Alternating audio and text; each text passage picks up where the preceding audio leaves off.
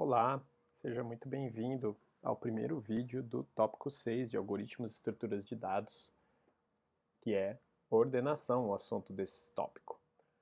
Esse material foi gentilmente cedido pelo professor Bruno Maquiavello, do Departamento de Ciência da Computação, e eu sou o professor Daniel Guerreiro e Silva, Departamento de Engenharia Elétrica, da Faculdade de Tecnologia, Universidade de Brasília. Então, nesse tópico a gente dá uma pausa no estudo de estruturas de dados e voltamos para um outro assunto fundamental em algoritmos, no estudo de algoritmos, que é o problema de ordenação, problema de organizar nossos dados seguindo uma determinada ordem, por exemplo, a ordem numérica ou a ordem alfabética, no caso de texto. Há uma série de algoritmos de ordenação e que naturalmente não cobriremos todos os algoritmos, mas aqui a gente vai destacar alguns dos principais, que são esses 6 listados aí no roteiro desse tópico. Então a gente vai começar aí pelos algoritmos, digamos assim, básicos, elementares, depois passaremos para os algoritmos mais eficientes, que têm um desempenho mais rápido e, portanto, são, na prática, as implementações utilizadas aí nas bibliotecas das mais diversas linguagens, como, por exemplo, a linguagem C++. Por fim, a gente vai falar um pouquinho de um assunto que está, de certa forma, associado, que é a questão da busca em listas ordenadas, em estruturas ordenadas, na qual justamente a gente se aproveita da prévia ordenação dos elementos para fazer esse processo de busca de forma mais eficiente, e aí é o caso da busca binária, é esse tipo de operação de busca que é mais eficiente e que vai explorar a ordenação, a prévia ordenação dos dados para daí fazer a pesquisa para um determinado elemento dentro da estrutura. Sugestões para a leitura desse tópico é o capítulo 9 do livro-texto, o Drozdek. Ele aborda basicamente o que nós vamos fazer aqui o que nós vamos resumir nessa apresentação de slides, nessas videoaulas. E fica essa ressalva para vocês, que aqui nós vamos discutir em nível de algoritmo, dando como exemplo implementações em vetores ou arrays.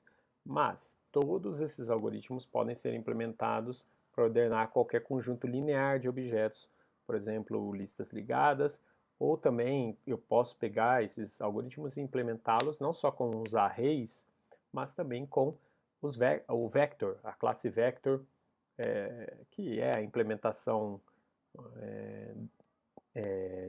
na forma padrão, digamos assim, do C++, que já né, oferece aí recursos adicionais aos arrays convencionais. Você pode também usar e fazer trabalhar com os algoritmos de ordenação aqui discutidos, só que com vector ao invés do array simples. Então vamos lá, vamos começar nesse primeiro vídeo a falar de ordenação e do primeiro algoritmo de ordenação. No caso, o algoritmo Bubble Sort. O algoritmo Bubble Sort, ou também chamado ordenação por bolha, ele tem esse nome de ordenação por bolha porque ele lembra a ideia daquelas bolhas que saem do fundo da piscina, por exemplo, se você tem lá um ralo, uma abertura no fundo da piscina que sai uma bolha de ar e aquela bolha de ar vem subindo até estourar na superfície da piscina. A ideia do bubble sort é, digamos, ir levando esta bolha, que nada mais é do que o elemento que está sendo ordenado, para a extremidade do vetor, para que ele fique na beira da piscina. E essa bolha nada mais é do que a ideia do movimento entre dois elementos da lista. Então, imagine que você tem uma lista de números, então a gente vai trabalhar aqui os exemplos de ordenação sempre com listas de números, mas como eu falei, isso vale para ordenação de números, ordenação alfabética, basta você ter uma operação que permita comparar se um elemento vem antes do que o outro, que você pode fazer a ordenação. Então, imagine que você vai daí fazer essa comparação sempre de 2 em 2 elementos. E veja, você sempre compara um elemento com o seu vizinho seguinte. E aí depois você vai e você caminha uma posição nessa comparação. Então aqui, por exemplo, eu comparo o 15 com o 7. E se eu vejo que nesta comparação a ordem está equivocada, no caso aqui o 7, né, eu estou fazendo uma ordenação crescente, então o 7 deveria vir antes que o 15, eu faço a troca. Então agora vejam, o 7 trocou de lugar com o 15, e aí nessa segunda etapa eu faço a comparação do elemento seguinte, que no caso agora é o 15, com o 1.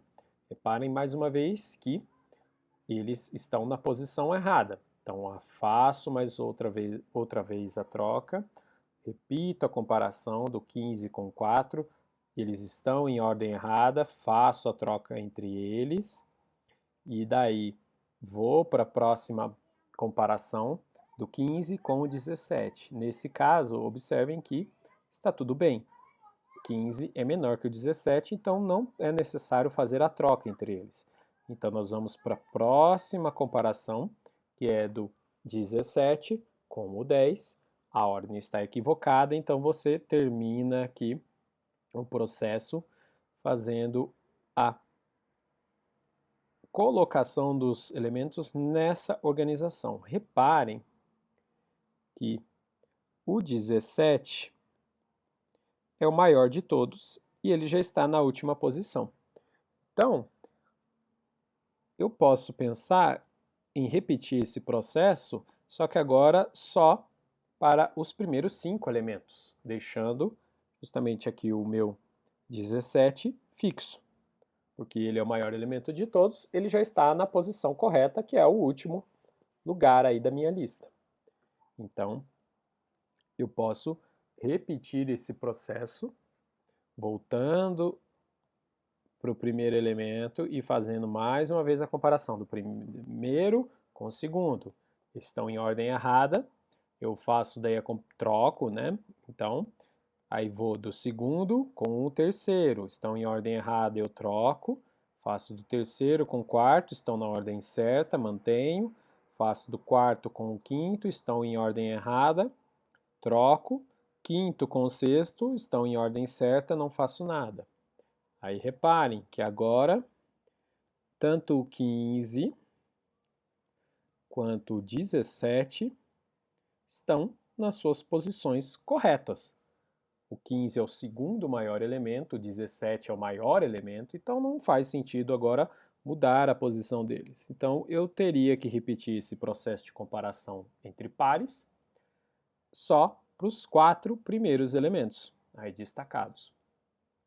Esse é o espírito, então, do algoritmo Bubble Sort. Eu repetir esse processo de troca entre elementos 2 a 2 até eu chegar na ordenação completa, que aqui no caso já aconteceu, né? Nesse caso, nem precisaríamos fazer mais o processo, né? Mas isso, né, esse é um exemplo particular, né? Não necessariamente a gente pode assumir isso.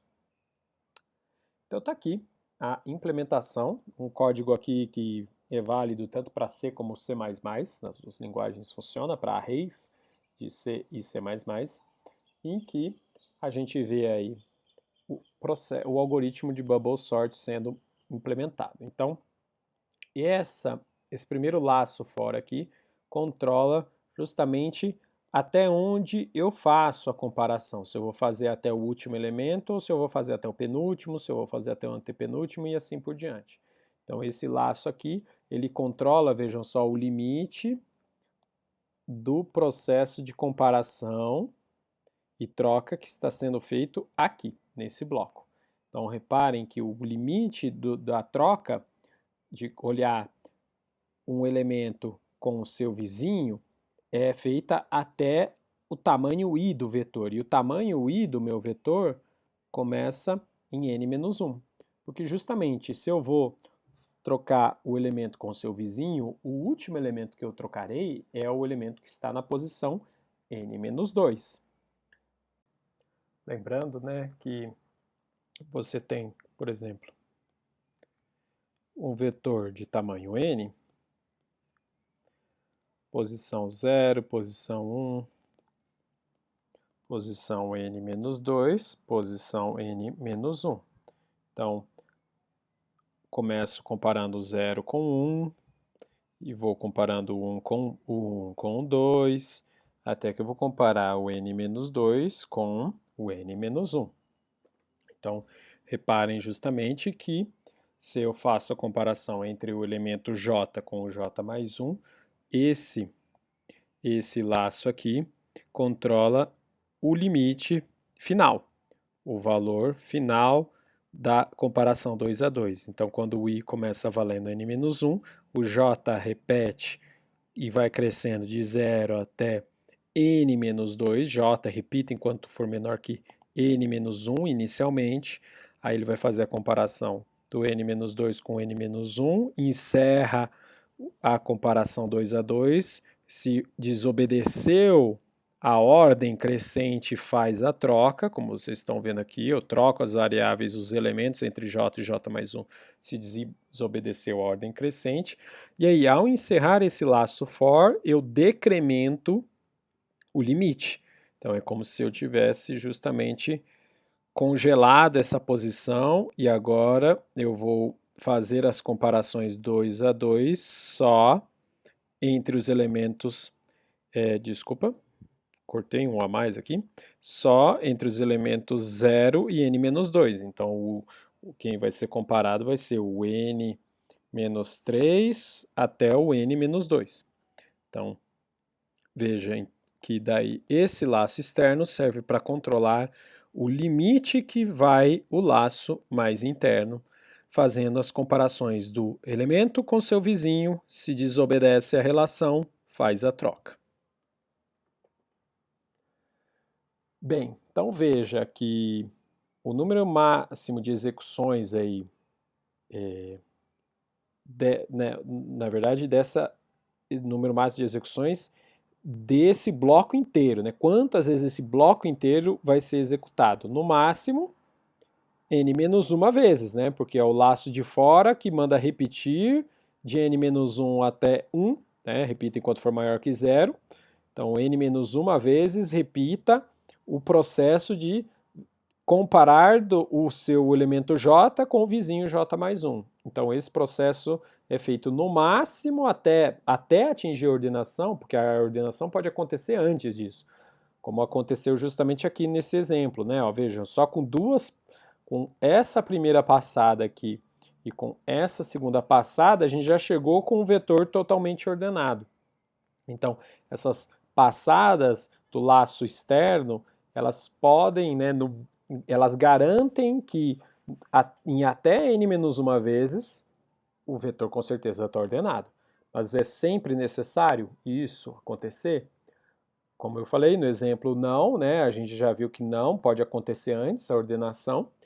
E aí, como é que eu posso então melhorar isso daí? Eu posso parar de repetir esse laço externo, então posso tentar melhorar essa condição de repetição do laço externo, do processo de verificação 2 a 2 do bubble sort, se eu encerrar uma verificação sem trocas, porque se não houve trocas entre os elementos ao fazer a verificação das bolhas ali, né, de 2 a 2, isso é um sinal de que os elementos já estão em ordem crescente, porque o seu vizinho sempre é maior do que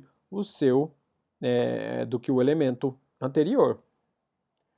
Então aí vem a versão melhorada da implementação, em que eu coloco uma variável de controle aqui, uma variável que tem um papel de variável booleana aqui, que inicia com o valor 1, e aí eu repito enquanto ela for verdade, ou seja, tiver valor 1, e for maior que 0. Então eu acrescentei agora uma nova condição para que a repetição externa ocorra. E aí, a cada vez que eu inicializo uma etapa de comparação elemento j com seu vizinho para ver se há uma desobediência na ordem crescente, antes de iniciar essa etapa de verificação no vetor todo, eu assumo que a variável de troca está zerada, ou seja, valor booleano falso, e aí o que acontece? Se houver uma troca, não tem problema, eu venho e altero a variável para 1, mas se eu não executar esse comando if nenhuma vez ao longo desse laço for, o que vai acontecer?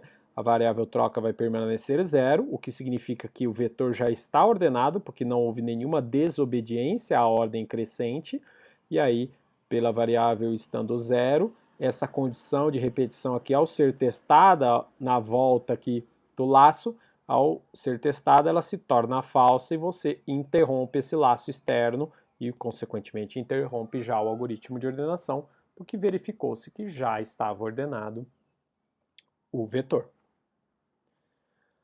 Segunda forma de melhoria do algoritmo, na verdade não é uma melhoria, né? É uma alternativa, uma forma alternativa de implementação do Bubble Sort usando recursão.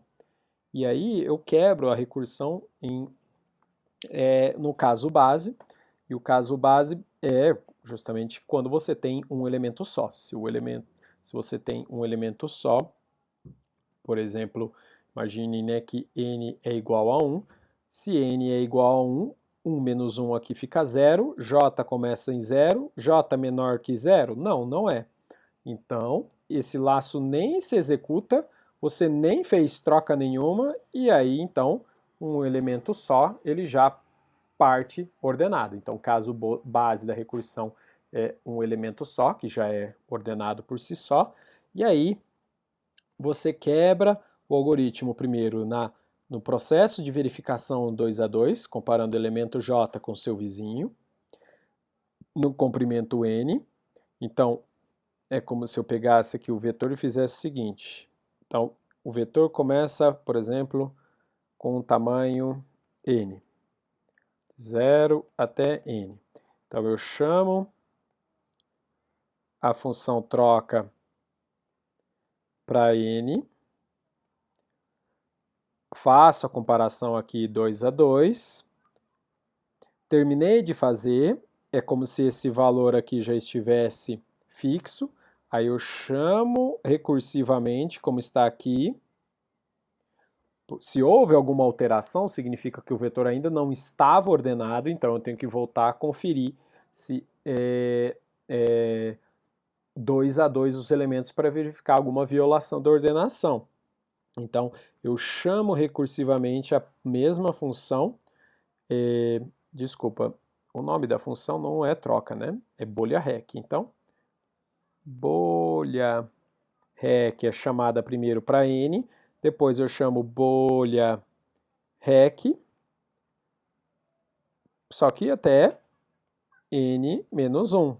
Repare, bolha rec vai repetir esse processo de troca 2 a 2, só que indo até o vetor na posição n menos 2, no caso, né? Se o vetor tem n menos 1 elementos, a última posição é n menos 2. E aí vai chamar recursivamente, dessa vez, né, aqui, para n menos 2. E assim por diante. Então você vai tendo essas chamadas recursivas para intervalos cada vez menores do vetor, e em cada uma das chamadas você faz a comparação 2 a 2, e a cada uma delas você diminui o problema do tamanho, né, de 1, né, em um elemento é reduzido a cada operação de troca, enquanto houver necessidade de fazer a operação de comparação, né? Porque, por exemplo, se você passar por esse laço inteiro sem a comparação ser verdadeira, ou seja, sem haver a violação da ordem crescente, você não vai alterar troca para 1, então troca vai permanecer 0. Opa, se troca está valendo 0, significa que o vetor já está em ordem crescente, então eu paro de fazer chamadas recursivas, retorno e encerro a função, uma operação de ordenação. Como é que é a questão da eficiência do Bubble Sort? Reparem, voltando aqui, o pior caso, que é esse daqui, né? Na verdade, os dois algoritmos, né? Podem cair nesse pior caso, mas imagine essa implementação já melhorada. Mas qual é o pior cenário? É quando todas as passadas desse laço for acontecem com troca sempre valendo 1, ou seja, sempre tenho algum elemento aqui para trocar enquanto o meu i não chega em 0, sempre a variável troca é acionada aqui dentro, porque sempre vai haver um parzinho de elementos violando a ordem crescente. Então, o que vai acontecer? Eu vou fazer esse comando for aqui ser executado n-1 vezes. Então, vai ser quantas vezes nós vamos executar, né? Na primeira vez, eu vou executar... Vamos fazer o seguinte, né? Quantas comparações eu estou fazendo aqui quando i é igual a n-1? Estou fazendo, no caso aqui, n menos...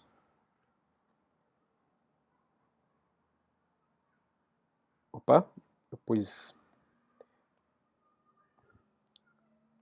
n menos 2 comparações, né? Por exemplo, se eu tenho aqui 1, 2, 3, 4, 5, 6, 7 elementos, eu comparo o 1 com o 2, uma comparação. Vamos fazer melhor aqui, não vou desenhar tanto, senão vamos confundir. O 1 com o seu vizinho, que é o 2, então fiz uma comparação. O 2 com o seu vizinho, 2 comparações. O 3 com o seu vizinho, 3 comparações. O 4 com o seu vizinho, 4 comparações. 5 com o seu vizinho. 6 com o seu vizinho, que é o 7. Opa! Parei, porque né, já comparei o 6 com o 7. Então, fiz 6 comparações para 7 elementos. Então, então, para n elementos, eu faço n-1 comparações. Então, para i igual a n-1, eu também tenho n-1 comparações. Ok? Quando o i vai para n-2, eu tenho n-2 comparações. Até que eu vou fazer i igual a 1 e vou fazer uma comparação do 0 com o 1. Então, eu tenho que fazer a soma desse número de comparações no pior caso, ok? Tenho que somar isso daqui. É justamente o que a gente está fazendo aqui, fazendo o somatório das comparações. Vejam que é uma progressão aritmética, né? É 1, mais 2, mais 3, mais até n-1 comparações, que é justamente essa expressão aqui em termos do tamanho n do vetor. A soma dos termos de uma progressão aritmética é bem conhecido, né? Então, você tem aqui já a fórmula fechada, né? n-1 sobre 2. E isso daqui, né? A gente abrindo aqui, fazendo a propriedade distributiva, a gente vai verificar que é justamente uma expressão quadrática. Portanto, pertence à classe Ozão de n quadrado. Então, o bubble sort, no cenário de pior caso, tem custo computacional quadrático. Cresce com o quadrado do tamanho do vetor. Mas e na média? E se eu assumir que pode ser que tenha vezes que eu termine na primeira parada, por exemplo, eu vou lá e boto um vetor já pronto, totalmente ordenado e mando ele rodar o bubble sort, ou pode eu cair justamente no cenário do pior caso, em que eu vou fazer a interrupção só na última passada. Então, se a gente assumir que todas essas situações são equiprováveis, o que eu posso fazer é somar o número de comparações que eu fiz em cada uma dessas situações e tirar a média. Então a gente pode fazer isso de uma forma um pouco mais fácil, simples, se a gente perceber que nas colunas aqui eu posso somar, né, pelas colunas e aí eu tenho um somatório mais fácil. Então veja que aqui eu tenho n-1 termos, n-1, n-2 termos de n-2 e assim por diante. n-3 termos de n-3, 2 termos de duas comparações e um termo de uma comparação. Então, somando nas colunas, eu chego nesse resultado em que o total de comparações de todos os cenários possíveis é n-1 vezes n-1, mais n-2 vezes n-2, até mais 2 vezes 2, mais 1 vezes 1, dividido por n-1, pelo número de eventos possíveis. Então, estou somando as comparações de todos os cenários e dividindo pelo número de cenários que eu tenho para ter, né, justamente a média aritmética de comparações. Isso daqui é a soma, aí no caso agora, de uma progressão geométrica, dos n-1 termos de uma progressão geométrica, dividido pelo n-1, e também isso tem, né, uma fórmula fechada e a gente sabe que vai cair nesse resultado aqui, uma expressão quadrática. De novo, reparem, mesmo sendo caso médio, então continua a ter um custo quadrático fazer a ordenação de um array ou de uma lista, né, de elementos usando o bubble sort. Muito bem, então vamos falar agora, né, no próximo vídeo do selection sort. O bubble sort é o primeiro algoritmo que nós vimos. Percebam que esse custo computacional aqui não é dos melhores, nós vamos ver que tem estratégias mais eficientes que o bubble sort, mas o trunfo do bubble sort é a sua simplicidade, é bem intuitivo aí de entender como que você consegue fazer a ordenação com ele. Então ficamos por aqui nesse vídeo e até o próximo.